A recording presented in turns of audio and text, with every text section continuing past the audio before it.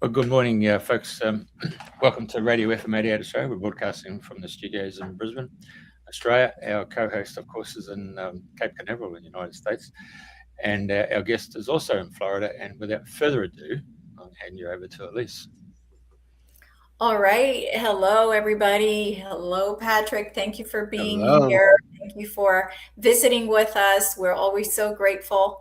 And today we have Patrick Leddy. He's a spiritual healer, he's an angelic healer, and a psychic medium. And I met Patrick at a get together in Sarasota, Florida. And he actually recognized me from YouTube, and I said, "Oh my gosh, I would love to have you on the show." And so here he is, just working with angels, and his story is quite interesting. So, Patrick, welcome. Yeah, Tell us all thank you. about you, and of course, how did you come to be an angelic healer? And give us all the details because we have plenty of time. So, I'll give you all the juice. okay, great. So it's all yours. All right. So it started back when I was married about 15 years ago. Almost, well, that's now 18 years. Wow, I'm losing track of time. So my wife, for my birthday, my 50th birthday, and she got me a reading with a psychic medium here in Venice, Florida. And I did not believe in mediums. I did not believe in psychics, none of that stuff. It was all foreign to me. So I reluctantly did it. It was my wife. So I said, sure, I'll come. And when I walked in, there was a board with 9 different mediums on there. They had their profiles up, and I kept looking at the board saying, wow, who am I going to pick? There was women, there was men. So I picked the oddest looking character I could find, the one right in the middle. And his name was Richard Blanchard. He's actually a pretty famous psychic medium in Florida. And Richard was slam dunk busy. So I had to wait a little while to get in to see him. So I just walked around the shop and looked at crystals and everything. So I finally get in there. And as soon as I get around the corner, Richard looks up at me and he goes, my, what do we have here?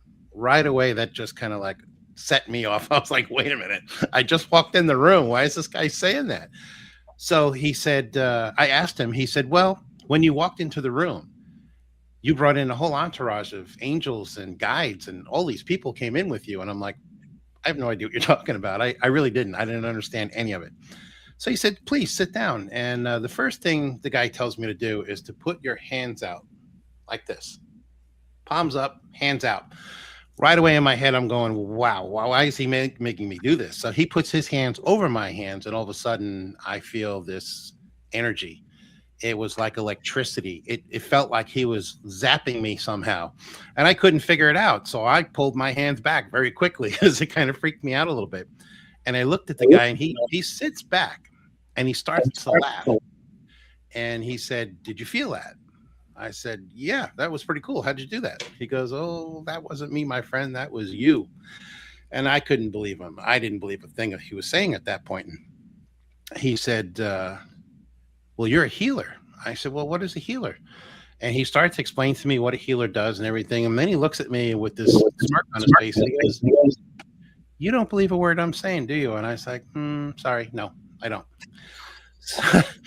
So Richard, in true Richard fashion, he just looked at me. He says, okay, I'm gonna prove to you that I am the real deal. And he said, I have a young man here. He's about 18 or 19 years old, very, very young soul. He's on the other side, and he has 2 messages for you. So I'm trying to think of who do I know on the other side. And he said, the first thing he wants to say to you is thank you for being his friend. So I still am clueless as who this might be. Second thing he said was, I apologize for taking my own life. And I see the big letter K. I was like, oh my gosh, my friend Kerry, who committed suicide back in high school. He thought nobody liked him. I was his only friend. And he looked at me like, okay. I'm like, lucky guess. I really didn't want to hear it. So he pulled my father in, said some things. The third person he pulled in really struck me because he said, this guy is huge. He's like 6'10". I knew immediately who that was. My Uncle Charlie was very, very tall. And he said he's a relative of yours. And I'm seeing the letter C. So I said, yeah, his name is Charles.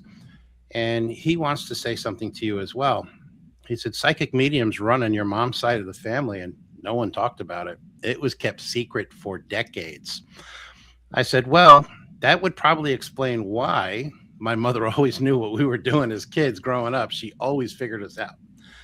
And so this 15-minute reading turned into an hour and 20 minutes. I can remember Richard's staff coming in saying, hey, we got all these people getting upset because they're waiting. He's like, I don't care. This guy's not leaving my site. So he kind of explained what I could do and what I'm capable of doing. I still didn't understand it at all. So I left there and it was like, all right, great. Thanks for the reading. And, we went home. I didn't think about it for years. And all of a sudden I found myself on the end of a divorce. And the day I left, and I'm serious, the day I left, my hands popped. My energy was on fire. I didn't understand it. So my hands got really hot. I'm in my new house and I'm touching my face. I'm like, what is going on with my hands? So I reached out to a friend of mine that I knew was a medium. Her name is Julie Brooks. And I said, Julie, I need to see you. And she's like, I know you do. I was like, what does that mean? She's like, I got some messages for you. And I'm like, okay. So Julie brings me down to another place in Venice called the Power of One, where I met Tom Amir. Tom was the proprietor here and he was a healer. And they brought me to a Tuesday night circle. So this Tuesday night circle was pretty interesting because it was about 30 to 40 psychic mediums. And I had no idea who these people were. And they brought me in, they sat me down in the circle. I was sitting next to Julie and I noticed everybody was staring at me the whole night. It was very uncomfortable. I was like sitting in the corner squirming like a 2-year-old in a crowd.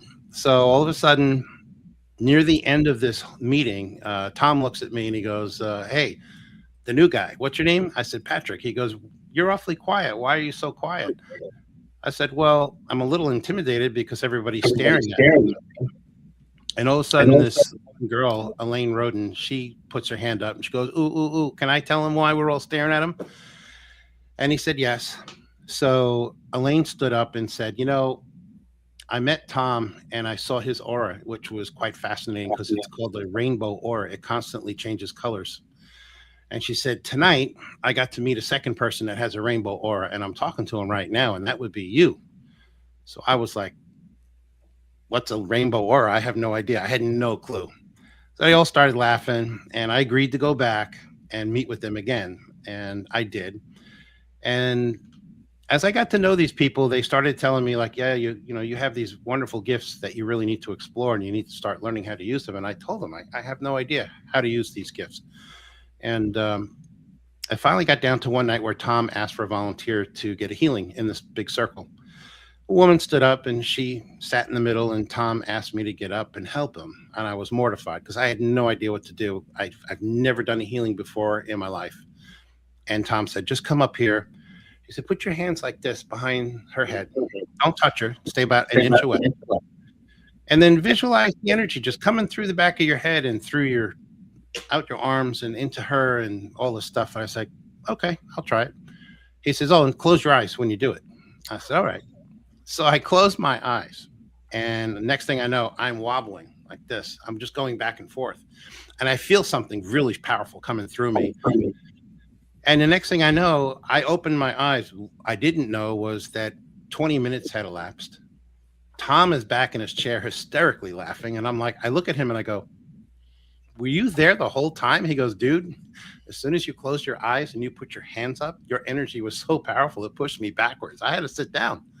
I was like, I have no idea what I'm doing. He goes, you're a natural. Trust me. We're going to show you.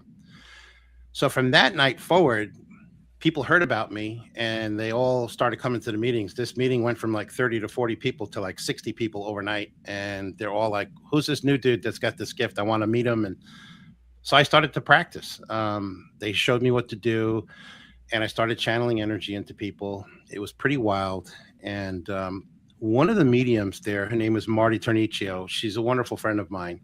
She's kind of like my guardian angel. She is amazing as a psychic medium. She came up to me one day at the Power of One down there in Venice, and she said, hey, I would like to work with you and tutor you, to kind of show you what to do. You're a medium. You got all the gifts. You got all the clairs. The girl that I mentioned earlier, Elaine, had tested me for all the clairvoyances and clairsentience, clairaudience. I have them all. And so Marty came into my room that I was doing the healings when, and she would just watch me, and she would teach me how to use my my clairs. And one lady, one day, I can't remember her name now. It's been so long. But anyway, she gets up after the healing. She goes, "Oh my gosh, you just channeled Christ consciousness." And I looked over at Marty and I was like, "Well, what does that mean?" And she's like, "You channeled Christ right into me. I saw him. I spoke to him. He was here. That's amazing. How did you do that?" And Marty just looked at me and she went, "Yeah, you did." I was like, "Wow, what does this mean?" Like, I have no idea. I thought I was just channeling, Archangel Michael and Raphael. She says, "No." She's like, "You're much more powerful than that. And you're just going to have to learn as you go." So years went on. I worked there for about 8 years.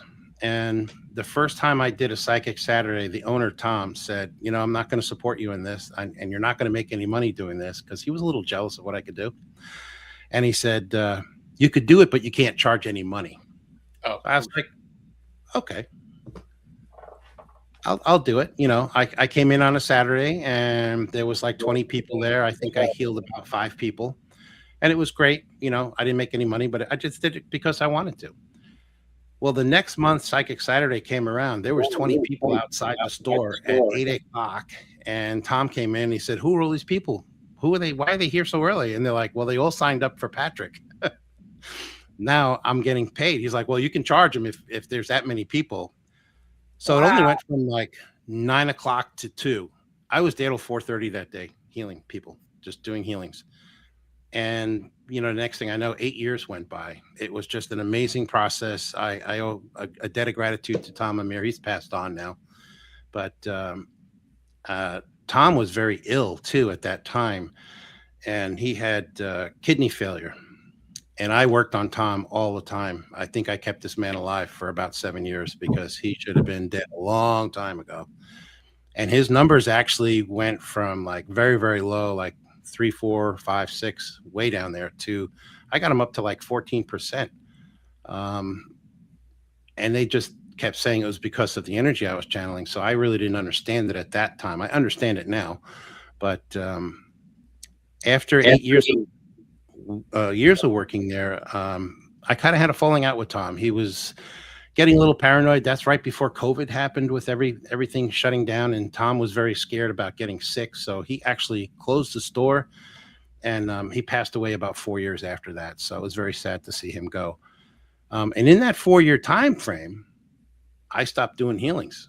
I was really upset, that we lost Tom, and I just got burnt out. I didn't want to do it anymore. And until this happened, and this is where the story starts to get really interesting. So I went to another place in Sarasota. It was called the Higher Realm, and this was run by Natalie Sutherland. She's a pretty famous psychic medium here, and she would run a show in Sarasota on Sundays and Wednesday nights, where she would do a live audience, just like you remember when Montel Williams used to have Sylvia Brown on. Yeah. She would read the audience. Well, yeah. This is exactly what she did. So a friend of mine that I worked with back at Tom's place worked there, a shaman, Mick McManus, great guy. So Mick saw someone that knew me, and he said to say hi and invited me down to one of these programs. So I walked in with a friend of mine, a girlfriend of mine, and I said to her, "Well, if this medium's any good, she might pick up on what I can do, maybe. I don't know. We'll see." So I'm sitting in the back, all the way in the back. I had an angel medallion on, and about 50 minutes goes by in an hour show. So I'm looking at my watch and I'm laughing. I'm like, "Ha, she didn't pick me." And I'm looking at my friend this way, and all of a sudden I hear this, "And I'm coming to you, the gentleman in the back wearing the angel medallion." I was like, "Oh, that's me." She freaked out on stage. She's pointing at me like this with her hand up, and she's looking at me. She's saying, "My God, my hairs are standing up on my arm right now while I'm looking at you. They're telling me, Spirit's telling me what an empath you are, how empathic you are." She's like, "You're about to make me cry live on stage. And oh my God, you're about to cry. And I nodded. And she says, why are you going to cry? I said, well, because I feel the loss of your child from 2 years ago. Well, she busted out crying because it was true. And Wow. she's like, in 22 years of being on stage live, I've never had anybody make me cry like that. That's an amazing gift in itself. She goes, but now they're telling me what you can do. And they're also telling me that you're not using your gift. Then they're not happy about this.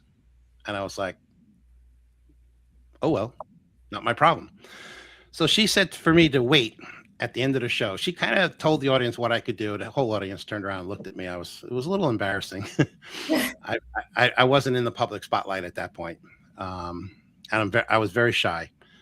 So at the end of the show, she came up to me and she said, that was just an amazing thing that you were able to do to me. And did you know anything about me before? I was like, no, I've never met you before.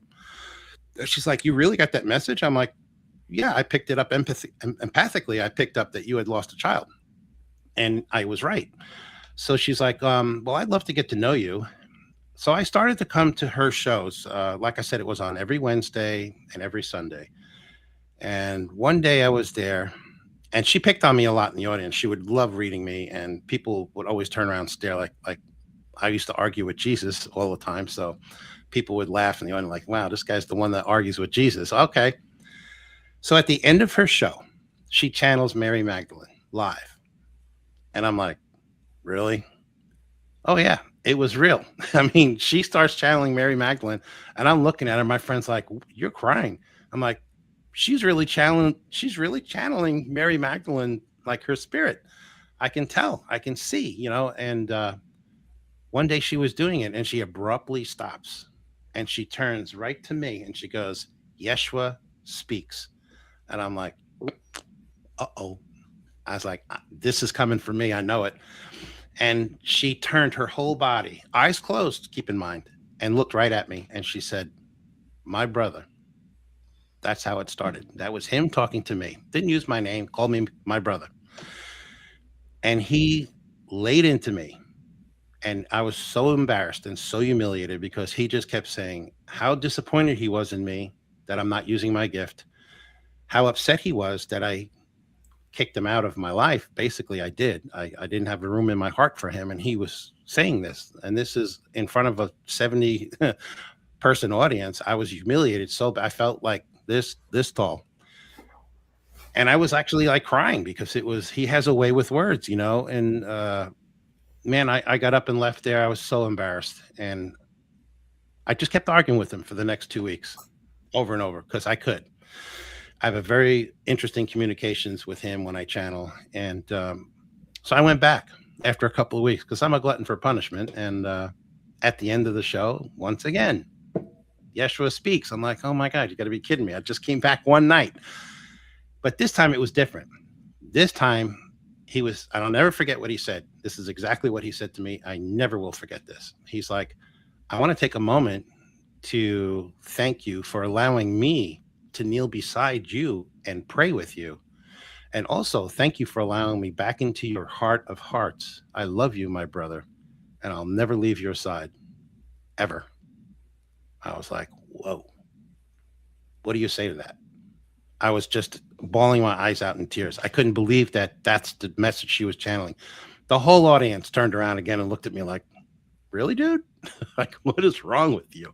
I'm like, well, yeah, it was me. I was arguing with them, but I'm not arguing with them anymore. Well, that Christ consciousness she was channeling jumped out of her body, jumped into me that night, right there, right in front of everybody. I was like, oh my God, you're inside me, aren't you? He's like, yep, get up, leave now. We have to talk. And he did. I went home. He spent the night with me.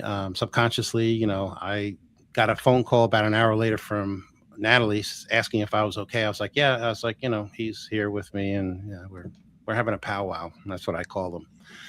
And he explained to me what he wanted me to do and that I signed up for this and that he marked me before I came back onto this earth plane. I talk about this a lot. The letter M on my hand. I have 3 vertical stripes under my left pinky, my right pinky, I'm sorry. And on my left hand, I've got a capital A because I'm an angelic. And he showed that to me. He said, you were marked before you even came back here and you agreed to do this work. And you are going to do this work. Do I make myself perfectly clear? Was kind Oh, of what dang. I was Woo. like, okay. I can say this. Jesus has a wonderful sense of humor. Yeah, I've heard that. He works with me. There's part of the joke right there because, I was not the nicest guy growing up. I mean, I had a rough life. And I asked him that night, I said, I need to ask you this question. He says, what is it? And I said, why did I have to go through all this childhood stuff that I went through? I mean, it was brutal. My childhood was really tough. And as a young adult, I turned to drugs and alcohol. I was a mess because of what happened to me in childhood. I was so physically, mentally, sexually abused, everything. And he said, he goes, those were all lessons. I was like, you could have sent me a memo. He says, no. He says, no, you had to experience that to make you the empath, to give you the empathy, to make you the healer that you are going to become now. You had to experience that. Oh, and by the way, you signed up for that. I almost fell on the floor. I was like, you got to be kidding me. He's like, no, I'm not kidding. Not funny either. And he goes, and we applaud you for dealing with it. You made it, you survived. And I did survive. And that's like basically how I got into where I am now. And that was 5 years ago. Since then, I have exploded onto the scene. I mean, the healings that I do now are just I'm all over the globe. I do a lot of stuff in Australia too, by Zoom. It's been a real cool trip because I know what my assignment is. I just retired from my regular job, so I can do this full time, which I've been doing full time for the last 5 years. But I'm a busy man. But that's basically how I started, and it just keeps expanding constantly. I'm constantly expanding. I have relatives on the other side. My sister in particular, she was up there for 19 years, came through in a reading, and she kind of told me what's coming in the future because they can see the future up there, as we all know. Yeah. And I just kind of responded to her like, there's no way. And she's like, yeah, way. This is why I'm getting in touch with you. She was coming in my dreams and poking me and trying to get my attention because I am clairvoyant, and but I don't use my clairvoyance. I try to explain to people that my clairvoyance, it would be like on the floor, where my healing energy is way up there on the ceiling. So they just clash. It doesn't really work too well. An interesting thing that I can do is I do a one-touch program where I get in front of a live audience. I kind of tell the story like I just told now. And then I invite people up for a one-touch healing where Jesus comes straight through. There's no angels involved in this. It's strictly Christ consciousness. And I give them a little blast. People shake, So I got really, really sick doing this because I would hold somebody's hand and I would read them. I would get an instant read from birth to present in a split second. And then I could go to work and touch them where I needed to touch them. So when I got really sick, I was sick for 2 months. The flu on top of a flu on top of a cold. And it was just because people, they weren't washing their hands, whatever it was. So I complained to Spirit about it. I said, hey, I'm not going to do this anymore. And they were like, excuse me? No, what? No, you're going to be doing it. Oh yeah, you're going to be doing it. And then some. I said, well, we have to make some changes then. You have to let me use my clairvoyance. I have to be able to read people in line. So they did it on a temporary basis to see how it would work. Well, it worked so well. Now I can do it all the time. So part of my gift is when I've got 10, 15 people in front of me, I just kind of look down the row and I count down 1, 2, 3, 4, 5. Okay. And as they come up, I already know what I'm doing to them. And this one lady came up to me the first time I did it. And I said, could you turn around for me, please? And she goes, why? I said, well, if you want me to fix your lower back, you have to turn around. I can't go through your belly. And she's like, how did you know that? I was like, I read you 5 minutes ago. Because that's how quick it is. It's like instant. I look at you and boom. So recently at a show that I was doing, this was in Raleigh, North Carolina, and I'm going to be up there in 2 weeks. This Oriental lady, I think she was Asian, very small. She kind of caught my attention. So I looked down the line. She was like the 6th one in line, and I made eye-to-eye contact with her. I don't know how this happened, but I just did. Next thing I know, I'm looking back, and her arms are flailing. They're shaking because she made contact with me and the energy, and she was so sensitive to the energy. She's standing in line, her arms are going, and everybody's like stepping away from her because they don't know what's going on. So I was like, okay, I got to speed up these few people in front of us so I can get to her before she falls down. She got into my arms and just went back. I mean, I put my hand on her heart chakra in her back, and she just right back out cold. So I was like, oh my God, you need to wake up, honey. I was like, you can't pass out on me. Come on, come on. I'm shaking her. She comes to, and I finished the healing. She's like, oh my gosh, that was crazy. And then like the next 6 people behind her, also same thing, all shaking. I don't know why that happened, but that was an interesting show. I mean, with that show, I normally come in from the back of the room and walk up to the stage. In this particular case, I don't know why I came in the front of the stage behind a curtain and I just walked up. There was 80 seats in there. They were full. I had 20 to 30 people and standing in the back. I was like, whoa. And I came in there. I'm like, oh my gosh, this is a big audience. And when I first started doing live audience, I was terrified. I mean, if you told me I would be standing in front of audiences now where you can't even get the microphone out of my hand because I just keep babbling on and on, I would have laughed at you. I would have said, no way. There's no way. But now I've gotten over that fear. You know, Spirit helped me. Jesus helped me through it. I mean, I'll be honest with you. I used to go in the bathroom and pray to him and just say, dude, I need your help. I'm terrified to go out there. And he's like, he would say, calm down, just meditate. I'm with you. I'll be with you the whole time. That gave me the confidence to go out and pick up the microphone. And the first few times I did it, it was with Natalie at her place. She started me doing the One Touch events. And it was really nerve-wracking because I had some people pass out and actually hit the floor at her place. I mean, hard. And the first, I'll never forget the first one. It was this young black lady, and she came up. I'm like, hey, how are you? You know, and she's like, I am great. And I put my hands on her and just boom, like that. Like a sack of rocks just went down. I'm like, I'm looking on the ground. I'm like, oh my God, she just passed out. And she was very energy sensitive. And I didn't realize, you know, that I could do that. So then we had to have spotters. They had to have 2 guys up there at all times, just in case, because we did have some people that would fall back. And I still get it now, but what I've learned over the years is how to control the energy. I can cut it back if they come in too hard or too strong. I can actually filter it a little bit. And I tell them stay with me. I was like, please don't fall. I'm 65 years old now, and I'm way too old to pick you up. So if you fall, you're going down. Can't help you.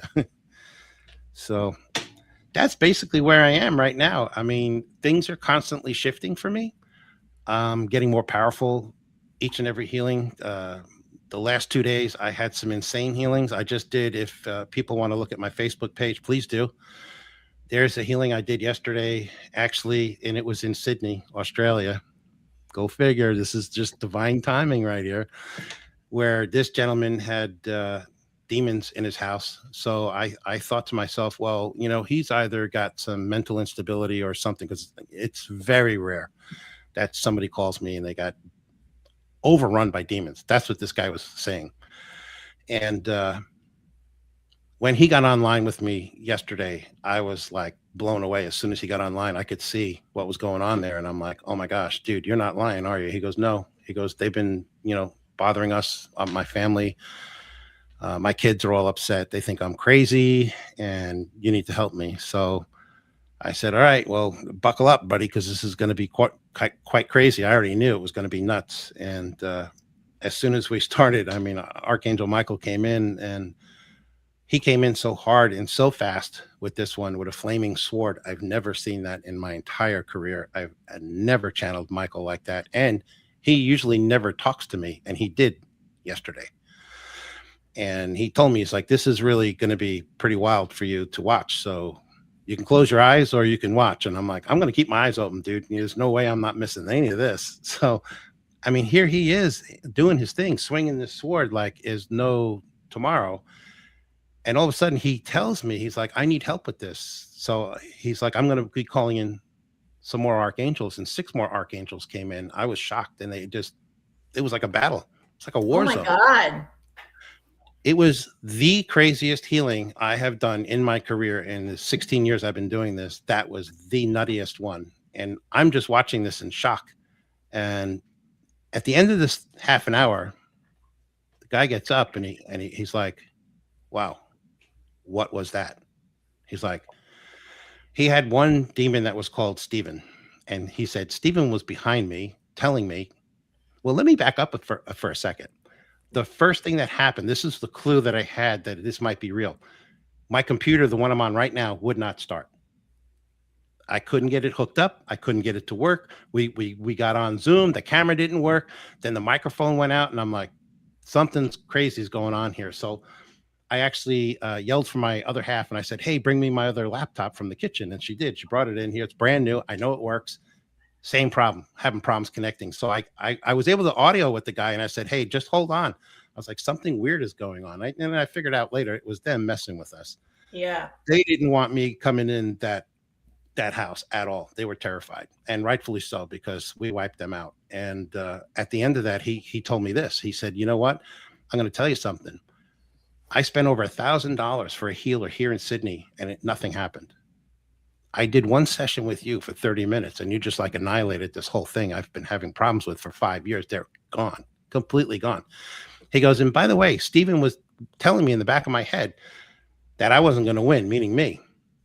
And he goes, that's when this big, huge purple light came and just like vaporized this thing. And I'm like, well, that was Archangel Michael. You know, he's the one that came in strong for you. And I was like, then Jesus came in at the end and just cleaned the rest of your house. So that was like a really nutty healing that's like one of my best stories. And I made a video out of it. So if people want to hear it again, they can go onto my Facebook page and see it. It's still up. Wow. Facebook hasn't taken it yet. It's nuts. Wow. So when that was happening, was he aware of what was happening? Like, was he seeing the archangels, or all he did was he felt something different? He said that when he had his eyes closed, all he saw was flashes of colors everywhere. Blues, golds, greens, yellows. And I'm like, well, that was all the different archangels that came in to help you. I was like, I had my eyes closed, but I could visually see, I was using my third eye to see everything. And he's like, I knew something crazy was happening because I could hear them like, dying off.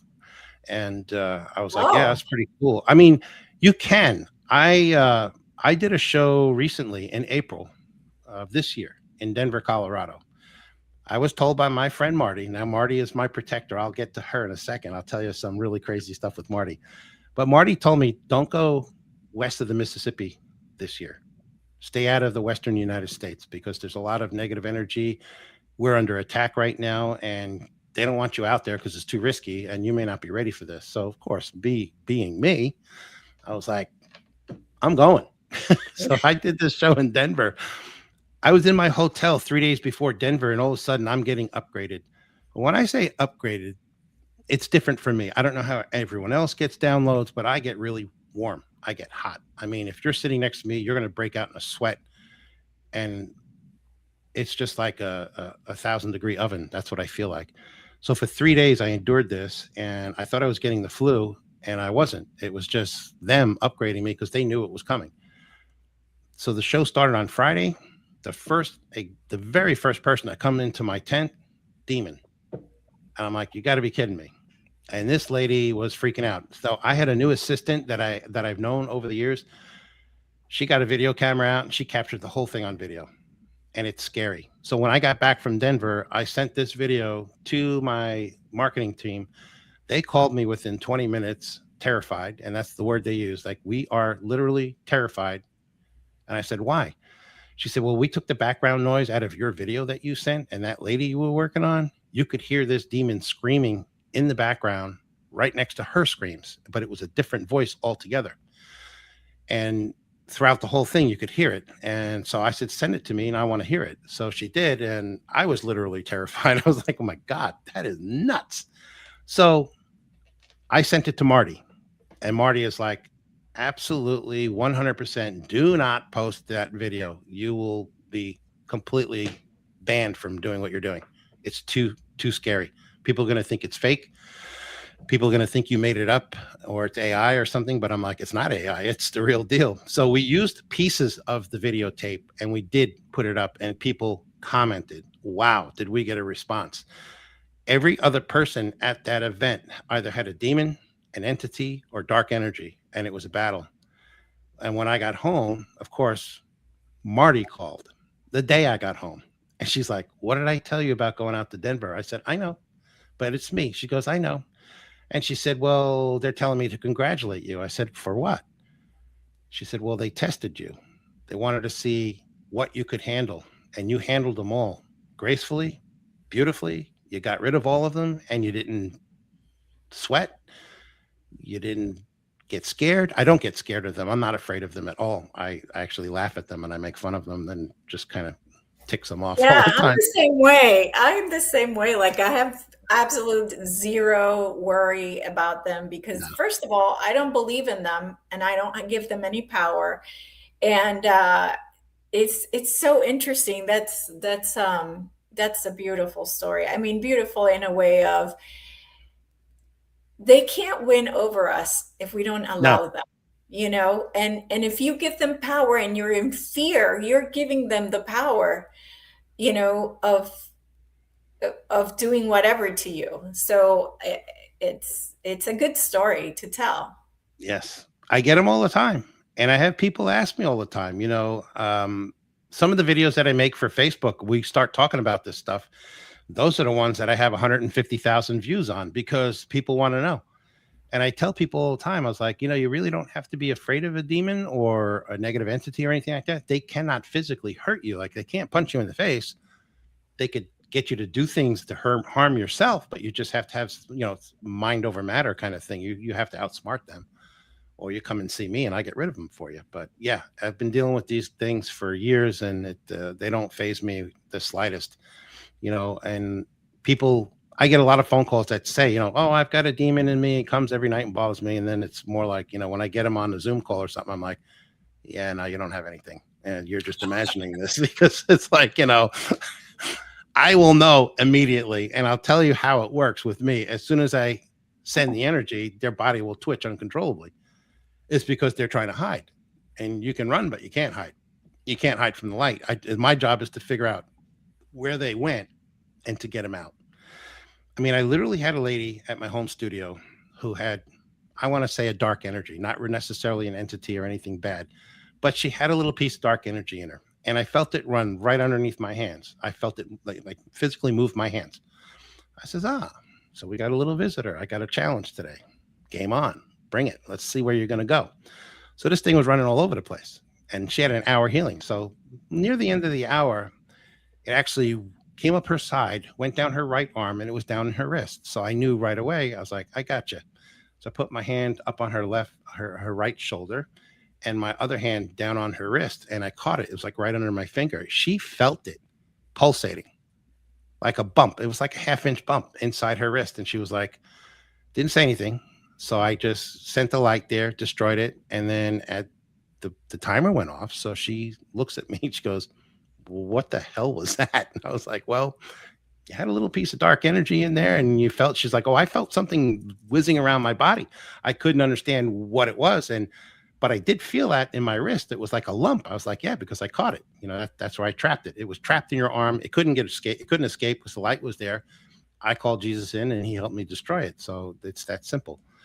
But I get them all the time. Don't be afraid of them. Just call your local Right, and exactly. And so when we are the light and they are the dark, when you walk in a room and it's dark and you turn the light on, what happens to the darkness? With me, this is just me. I don't know how everyone else sees it, but if I walk into a room and I can see they look like black shadows, almost like the black chair behind me, that's how I'll see it. It'll poke out, it'll go back. It looks like smoke. I know it immediately. As soon as I walk into a room, I could pick the people out that have dark energy or an entity or something else wrong with them. There's actually somebody very famous that I worked on recently. I guess I could throw her name out there because she's mentioned me on podcasts. Her name is Pamela Downs. Pamela's been around for a long time. Pamela went to the jungles of South America and did ayahuasca retreat. And, you got to be very careful if you do those things because you are opening up your crown chakra to anything and everything. And, well, guess where the demons and stuff hide? In the jungles. So Pamela unfortunately got a throat attachment on her throat chakra. For 10 years, Pamela had this on her throat chakra. I met Pamela in Washington, D.C. at a Spirit Fest event, and she just happened to come to the event for no apparent reason. She was like drawn to it, didn't understand why. She came in, and there was another podcast crew there that had just interviewed me. They knew Pamela, and when she came to say hello, they said, "Oh, you got to go down this row here and check out this angel guy." That's what they call me. This angel guy. He's amazing. Just go check him out. So she said, "Sure, I'll go look at him." And when Pamela came to my booth, she stopped dead in her tracks and she looked inside. She's like, "Oh yeah, I'm signing up for this guy." So she did. And I had about an hour wait at that point. I was very busy at that show. There was a lot of negative energy and stuff at this event.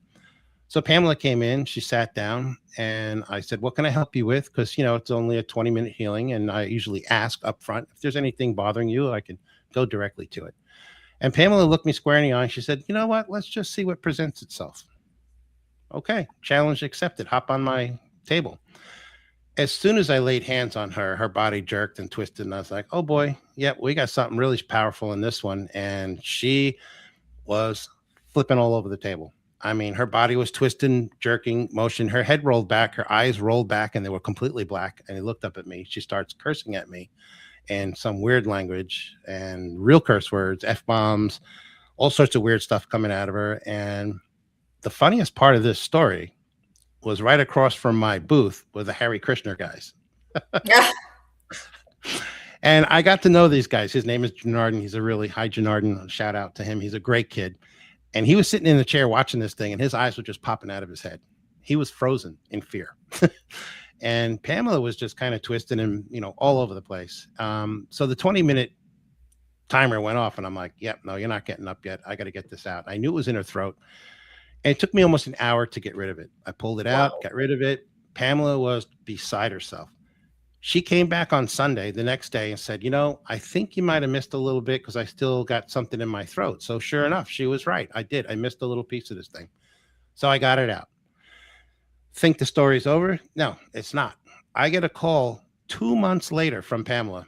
She's like, "I think this thing is back." And I'm like, "Oh my gosh, you got to be kidding me." So I said, "Did you do anything like ayahuasca?" And she goes, No. She goes, "Oh, last weekend I had some wine with my husband and somebody was passing a joint around. I took a couple of hits." And I'm like, bingo. So I didn't have Zoom set up at this point. I asked her, I said, "Do you have an iPhone?" She goes, "Yeah." I said, "Well, let's FaceTime. Let me see what I can do on a FaceTime call." So she did. And as soon as she got on the call, I was like, whoa, I was taken back. I was like, I seen this big black thing behind her. I'm like, "Oh, honey, let's get right into this because you got something. I can see it."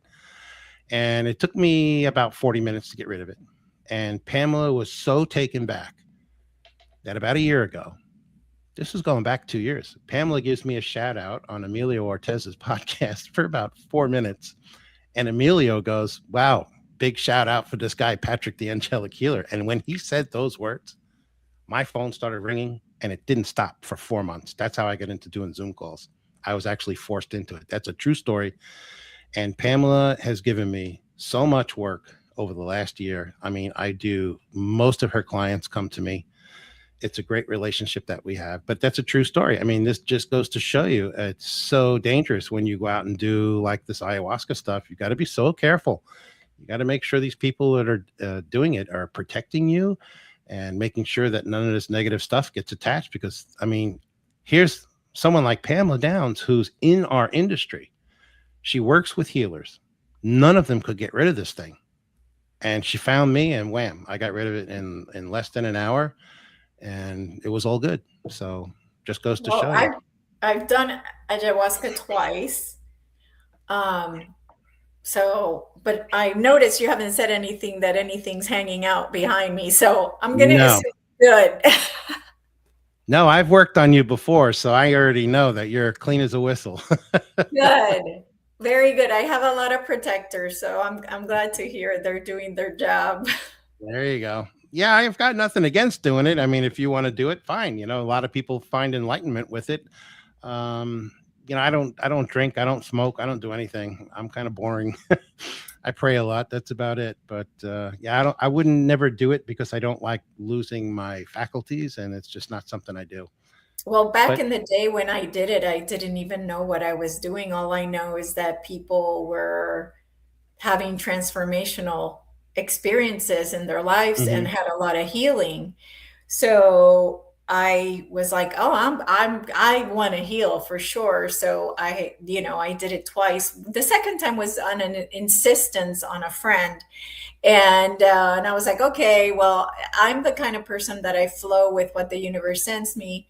And if somebody says you have to be there, then I'm like, okay, I guess I have to go. So, so it was kind of that more than anything else. But again, I'm grateful that nothing happened. And Yes. yeah. So have you seen that happen with mushrooms as well, or is it just pot I and I ayahuasca? mean, personally, I think any kind of mind altering thing that you do, you're probably going to be opening up your crown chakra to anything that's around. You got to be careful. I mean, I went to Sedona once and I caught an entity because I sat on top of one of those mountains and did a meditation and I forgot to protect myself. No way. Yep. And when I got back from Sedona, I saw Marty and Marty took one look at me and she's like, "Oh my God, you got an entity inside you. Sit down right now. Like you're getting it out." And she did. She got it out of me. And I was like, "Oh my God, I didn't even realize." And when I told her what I did, she's like, you forgot to protect yourself. You know, you got to call in Archangel Michael and do the whole cocoon your energy stuff. And I didn't do it. Well, guess what? I do it now twice a day. I do it when I get up in the morning before I get on Zoom, and I do it at night before I go to bed.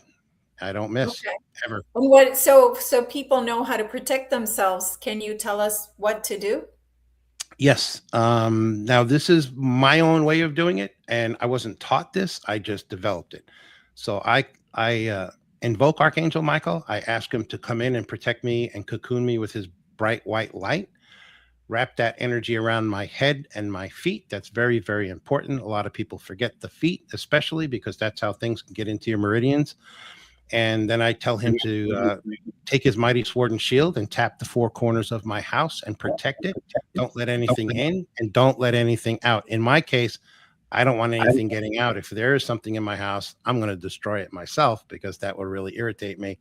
Because, you know, you have to tell the, entities, this is my sanctuary. You're not allowed here. This is my home. You need to leave. And they will. They usually abide. But I always use Archangel Michael. So when I do my healings, I do the exact same thing. I invoke him. I say, please cocoon my workspace, and close me and my client and protect the connection from like here to say Sydney, Australia. I want that whole connection protected. And I go through rituals. I say some prayers. I say good morning, like it's in this order. It's going to sound weird. It's Archangel Michael is always first. Raphael is always second because these are the two angels I work with all the time. Jesus is always third.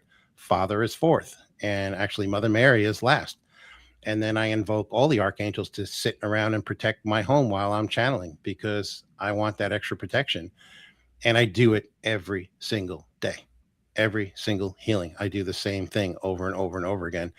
And now what I do when I start, I just invoke Archangel Michael first and I make the connection and it's instantaneous. When I first started doing the Zoom calls, I got a call from Marty and she's like, she knew I was doing them and she's like, well, how are you doing? I said, good. She goes, you want me to connect you? And I'm like, sure. So the first thing that Spirit said was congratulations. And I'm like, for what? They're like, well, you're the first person that we've ever worked with that, well, here's what Jesus said first. He said to me, my energy is boundless. I can go at any point on the globe. Your job is to be the GPS and point me in the right direction and make the connection. Okay, great. No one taught me how to do it. I had no idea how to do it. I just used my own intuitiveness. And now I got it down to a system where I can connect with you no matter where you are. You could be in Cape Town, South Africa. It takes me seconds, not minutes, not 10 minutes. It's seconds. I visually see the energy shoot out from Sarasota, Florida, go across the stratosphere, drop into Cape Town, and boom, I nail you. And when I do, I have a ritual where I send it out. and I connect, and then I suck it back in, and it just goes pop, and boom, we're connected. And I'll open my eyes, and I'll see the rapid eye movement on the client, and I know I've got them. I've got the connection, and then I go to work. It's really that simple. It really is. Wow. So Wow, amazing. I did not realize that you were battling demons out there. I thought you were healing people, like, it's you all part of know, healing. of stuff, but this is like, wow, that's amazing because, I'm sure that there's some people out there that are scared of taking care of demons and stuff like that. And Yes. if you're scared of them, you can't help people. You can't No. be scared of. No, and it's really interesting. The first time I did one, it wasn't too long ago. I didn't really understand what it was. And it was actually on a friend of mine here in Sarasota. She got on my table. I invited her over for healing. I wasn't charging her. We were friends. And during the healing, all of a sudden her body like tensed up. Like her back started to arch, and her arms started to tense up, and she started shaking. And I'm like, I'm talking to spirit. I'm like, what is going on? And they're like, oh, well, this is your first one. Get ready. I was like, ready for what? And they explained to me like she picked up an entity. It wasn't even a demon. It was just an entity. And I kept asking them like, what do I do? What do I do? And they're like, just stay on her crown chakra and we'll do the rest. We'll get rid of it for you. I said, okay. Took about 20 minutes. And then her body relaxed. And I kept asking spirit, like, are we done? Did we get it? And they're like, yes, you did. Congratulations. Your first one. And I kept saying like, well, what are you talking about? And they're like, well, she had an entity, and ask her how she got it, and she'll tell you. So when she came to, the first thing she did was look up at me, and she was like, what the heck was that? She's like, I felt that. Like my body was doing things that I didn't want it to do. I was like, well, let me ask you a question first before I answer that. What did you do in the last week that you caught this thing? Well, she had gone to some kind of activation class with someone who I knew. And this girl was opening up channels that she didn't know what she was doing and inviting in all sorts of dark energies. And I did one of her meditations where she tried to tap into me, and I just opened my eyes. I looked up at her and I went, no, no, no, no, no. Get your hands off me. Because I knew. And as soon as she said that she went to this girl's thing, I said, well, there you go. I was like, she put it in you, not knowing. Thank you very much. Oh my gosh. Yeah. So you do have to be careful. There's I don't like to talk bad about anybody out there. It's just not my thing. But if you're going to decide to do something with someone like a medium or something, look into them a little bit, do some research, make sure that they're the real deal, make sure that they're protecting you while you're there. I mean, don't take any unnecessary chances, or you'll be making an appointment with me.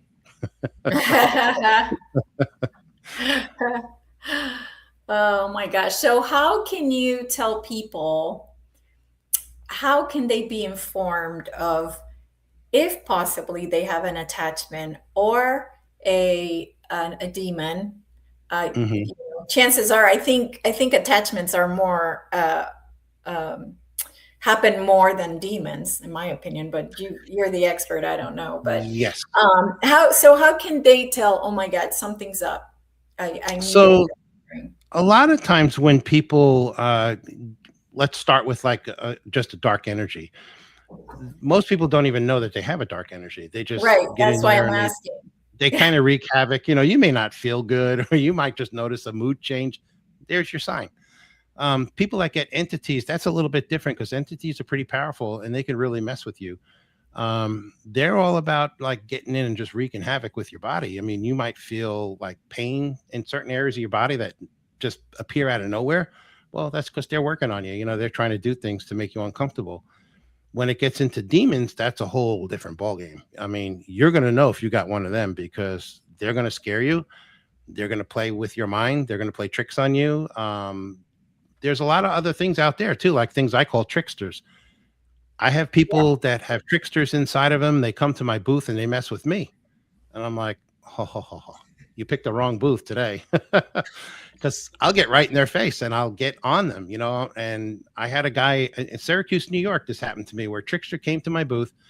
I had gone to the bathroom real quick, and my girlfriend was there, and he was talking to her. And when I walked up, she looked at me and she was like, there's something not right with this guy. I get a really bad feel with this guy. So I said, who? And she said, this guy. He was sitting on my table, and he popped up. He got right in my face, and he just started talking to me like, talking down to me. And I'm like, so why are you here? And I kept looking at him in the face. The more I made eye contact with him, the more his head started moving around like this. And the next thing I know, his shoulders are like, he's getting all gimped up. And I knew right away, like, this guy's a trickster. He kept telling me, I could do what you do, but I can do it better. I was like, really? Well, you want to challenge me? Get on the table. And every time he said something negative to me, I had a response for him.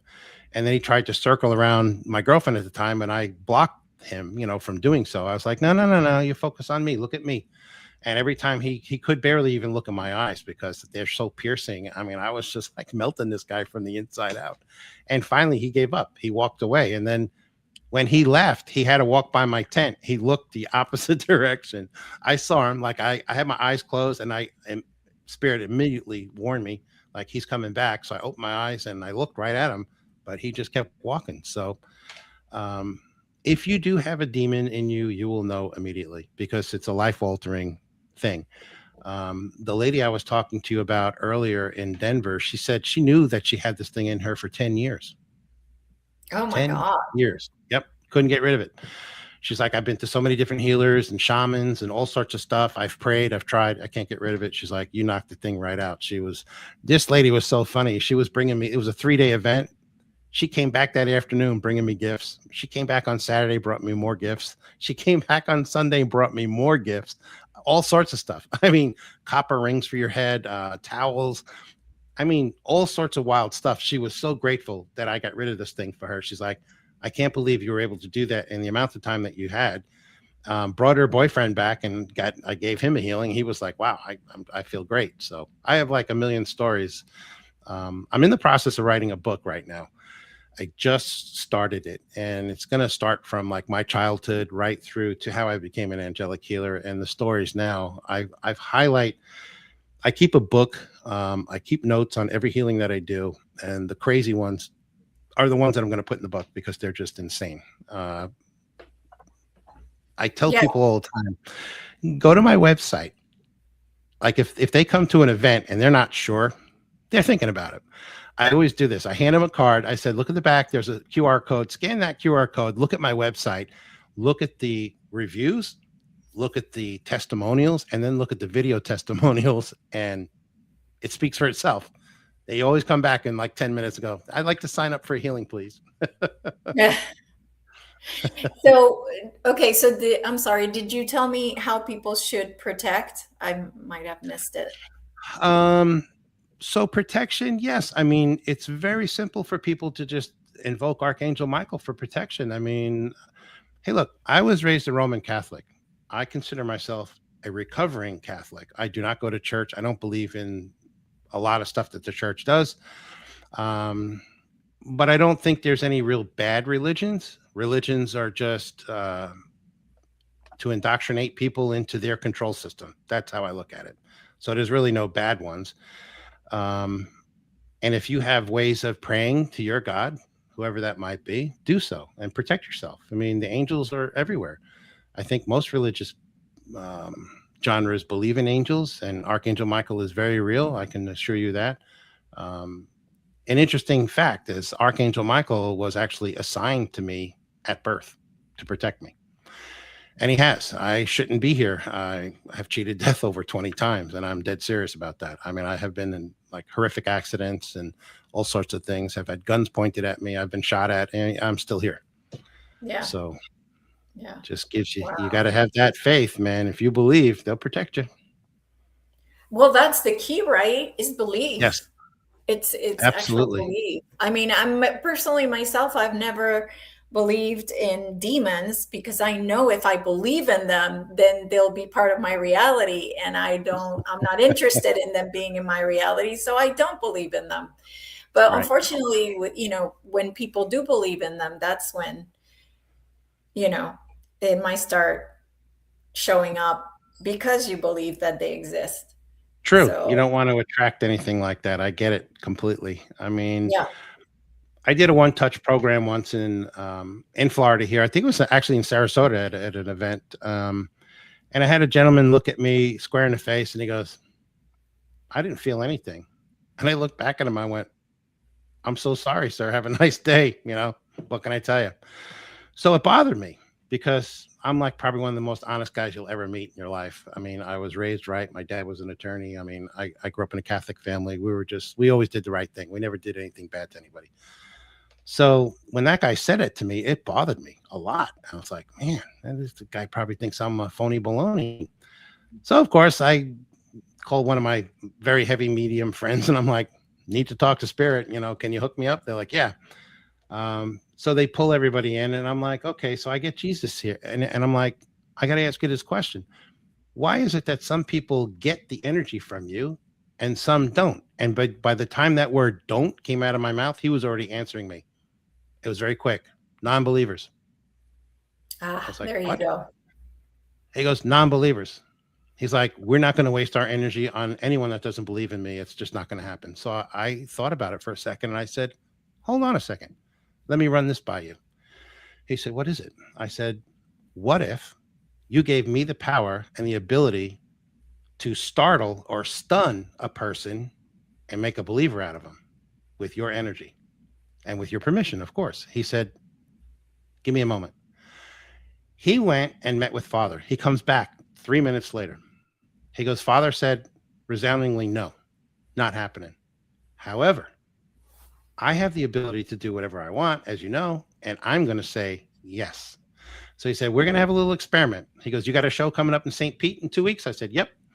He goes, I'm going to give you the ability to shake, rattle, and roll anybody that comes in your path at that event, anyone, and make a believer out of them.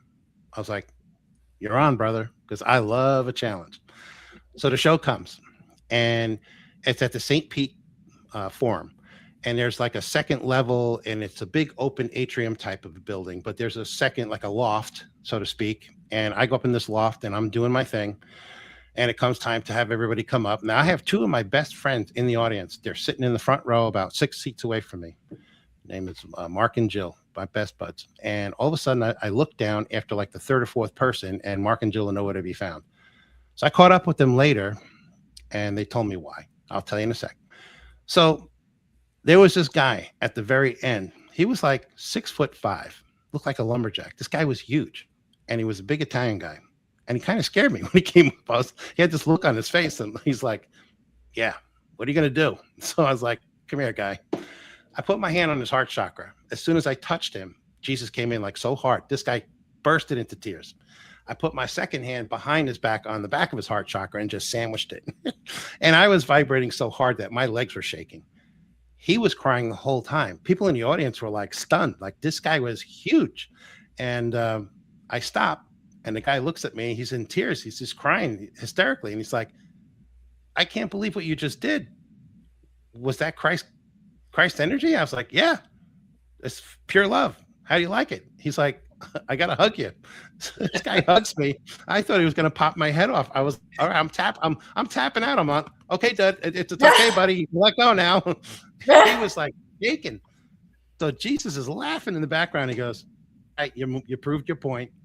I said, thank you very much. I was like, can you at least let me do that from now on? He said, of course, we're going to let you. So that's how I got to do the One Touch program. It was all based on that event.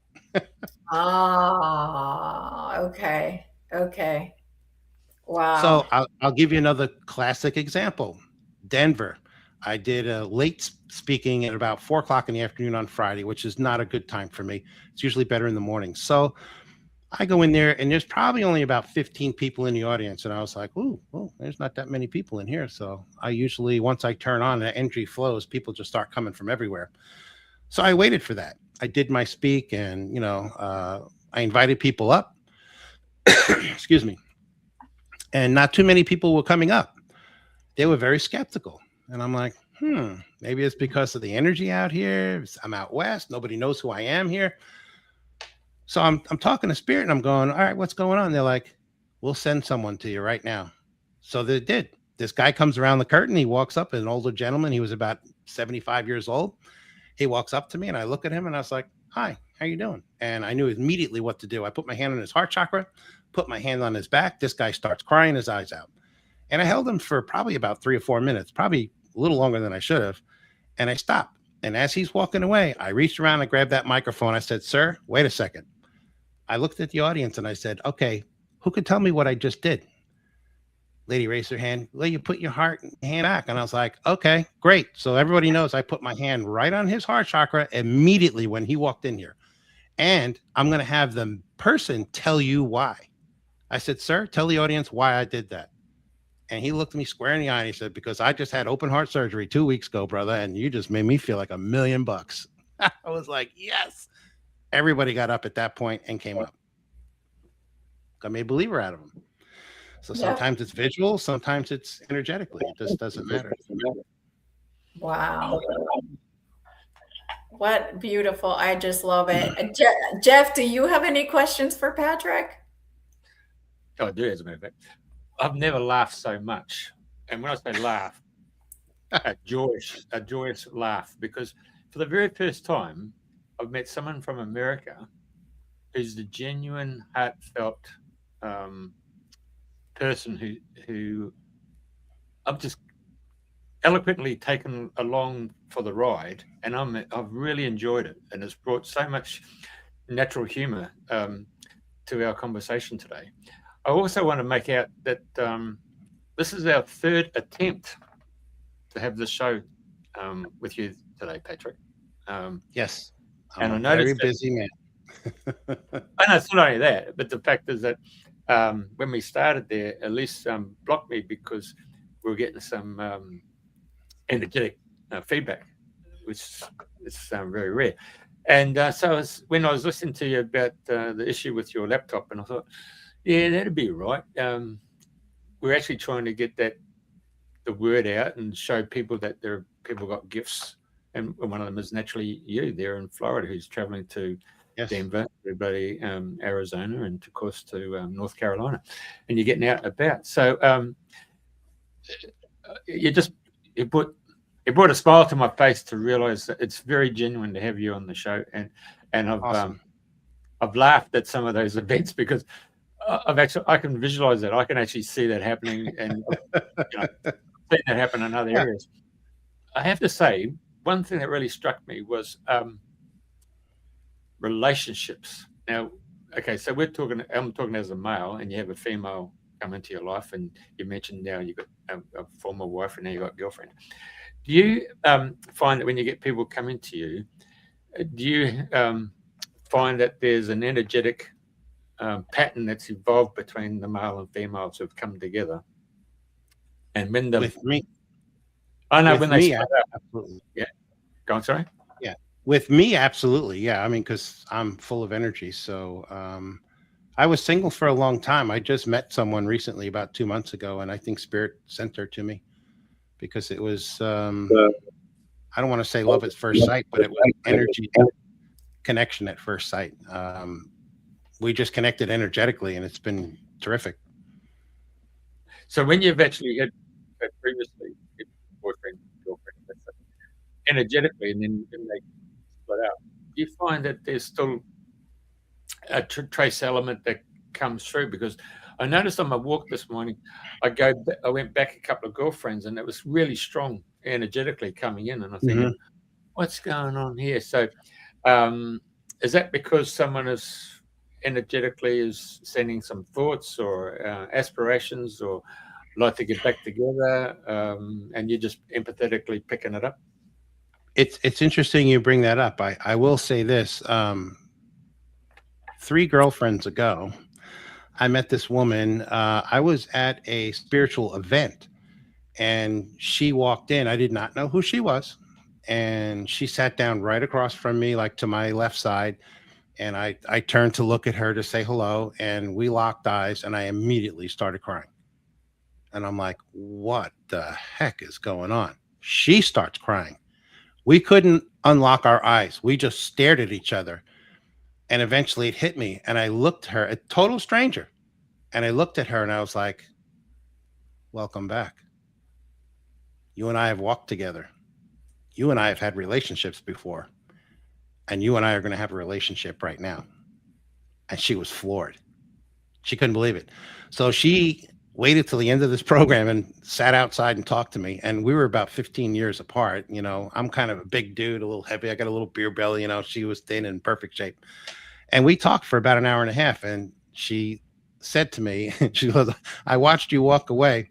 And she goes, then I turned around to look at you and you turned around to look at me at the same time. She goes, and I knew right then and there you were going to be my man.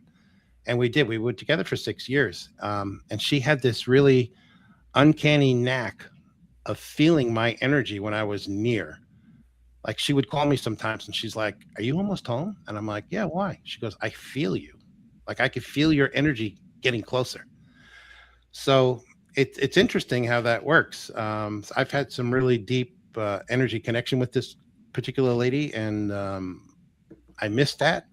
I haven't had it with anybody else. And it turns out when I asked Spirit about her, she was from another country, and we have had relationships in the past. And what they told me was that she's a lesson for me to learn, and I haven't learned yet. So she keeps coming back into my life. Now, she was born and raised in Argentina. How in the heck did she find me in Florida? That's what I want to know. So somehow we crossed paths, and it was just meant to be. It's always interesting how I meet people and how long they last. And, you know, Jesus laughed at me when I asked him, I was like, why do I have all these relationships? He's like, it's you. You're never going to be settled down. You're never going to settle for just one. I hope my current girlfriend's not listening to this.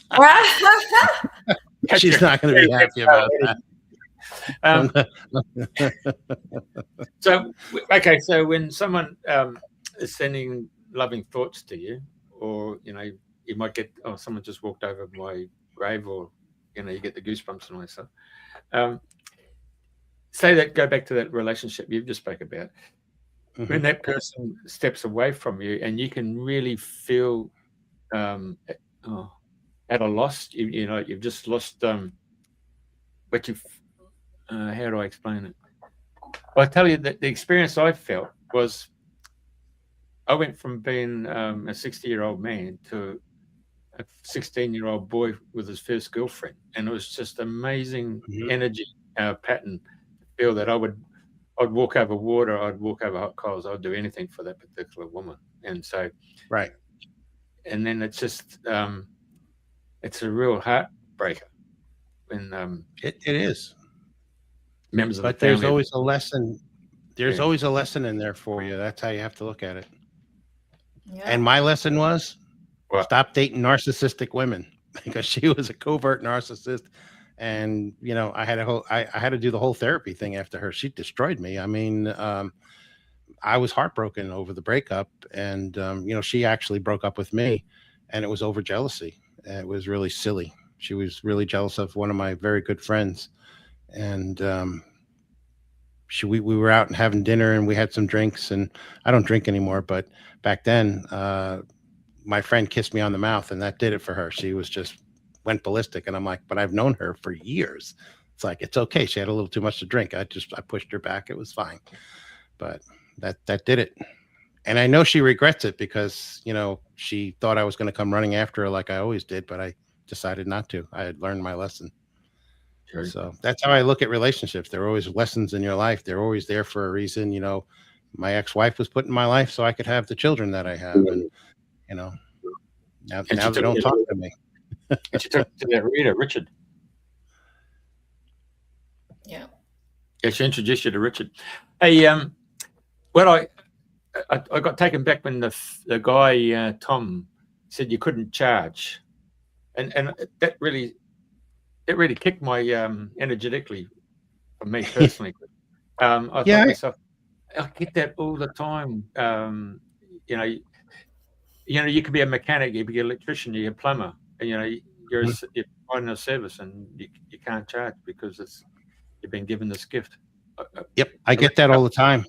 Yeah, that's a big one. On our website, we get so many negative comments that we have auto replies now, and we do get a lot of people that say, "Oh, Jesus never charged," and I answer them back this way.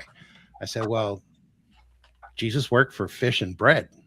but that doesn't pay the bills that we have today. Because I had this conversation with Spirit a long time ago, and they told me this: you're exchanging your energy for money energy. Think of it that way. It's an energy exchange, and it's okay to do. Don't get greedy.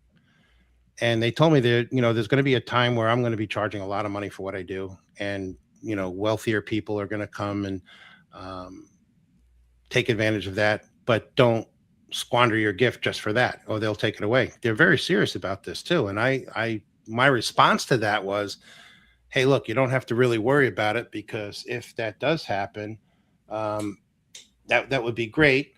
I will be the first person to walk inside of a church free of charge with a whole congregation at the end and say, hey, everybody, you know who I am. If you want a healing, step up. And oh, by the way, I'm going to put a bucket right here for cash donations. And guess what? That's all going to go back to your pastor and your church, not me. I'm not making a dime on this. Is for you. So if you want to do that, and they agreed. So, and I also say, hey, the people that say that to me, if you would like to sponsor me and pay my bills, pay my mortgage, pay my house, pay everything, I'm happy to do them for free in your name. Yeah. Dead silence every time. So I don't worry about charging. It's just, it's like Reiki people, they're pulling energy out of the universe, and they charge. I mean, they should get paid for their time. They're good. We need more healers out there. Yeah, absolutely. I had the same issue as well when I started. I didn't want to charge because I had a full-time job that paid me very well. So I was like, no, I'm doing this for free. But then I found out that had to do with self-worth, and that I didn't feel worthy of that. But I also had this saying too, that it was like, whenever I was doing something for humanity, I always felt that I would rather the person not pay me and let the universe pay me, because the universe will pay you way more than that person can, right? So somebody can, let's say they can afford $50. I'm like, no, let the universe pay me. That's going to be like 10 times more than what you're paying me. So it's just, but when it comes to us in the beginning of our journey, it's definitely about self-worth and not wanting to charge, because, it's kind of a self-worth thing. But once you realize that you are worthy, then everything changes. So, yes. And with the way I look at it is, I don't think there's anyone else doing exactly what I'm doing at the level that I'm doing it. I have a lot of friends in this field. I'm friends with Ken Lloyd and, all sorts of higher up mediums, and they all look at me and go, Pat, you're not charging enough money. I'm like, well, right. what do you want me to charge? Like, well, you should be charging double what you're getting. I'm like, yeah, but then the average Joe can't afford it. Like right now, I had a sale going all of July. I knocked off like 35% off of the cost, and I was busy because people were like, thank you so much for doing that, because I couldn't afford your regular rate. And I'm like, well, that's why I do it. That's why I do the shows on the road, because they're even cheaper. And I do it just because I have a love for helping people. But what people don't realize is how much actual free work I do. Right. That's true. I have hundreds of clients that I don't charge a dime for. Even this weekend at the show, I did 4 free healings. And I only did probably about 18 healings altogether. So do the math. I mean, those were, they were beautiful people. I felt compelled to do them for free. One of them actually gave me a beautiful testimonial. It was an older woman. She was a nurse, and she was a chosen one. I could tell. I looked at her hands. So she had the M. She had the healer lines. I think I mentioned it earlier. And I was like, your money is no good here. And she was like, what do you mean? I'm going to pay you. And I'm like, no, you're not. It's your karma. It's coming back to you beautifully. The Dharma. The Dharma is I mean, you did your thing, and you helped all these people, and now it's time for someone to help you. And that's me. You're looking at it. So enjoy the healing. And she did. Exactly. Absolutely. Yeah, I actually have that M on my right hand. Now, you said something about an A on the left. Mm-hmm. So I'll have to figure out from you what that means. But I have the M on the right. So can't wait to to figure out if I have the A on the left. Mine is very prominent. You could see it, and it actually looks as it says L.A. But it's very strong. I actually had a palm reader show it to me once, and then I saw a video about the M, because a lot of people have M's on their hands, and from what I was told, that was Jesus who put those M's there before you incarnated back on this earth plane, because you have an assignment to do. Most people figure it out. They're not going to tell you what it is. You have to figure it out on your own. Right.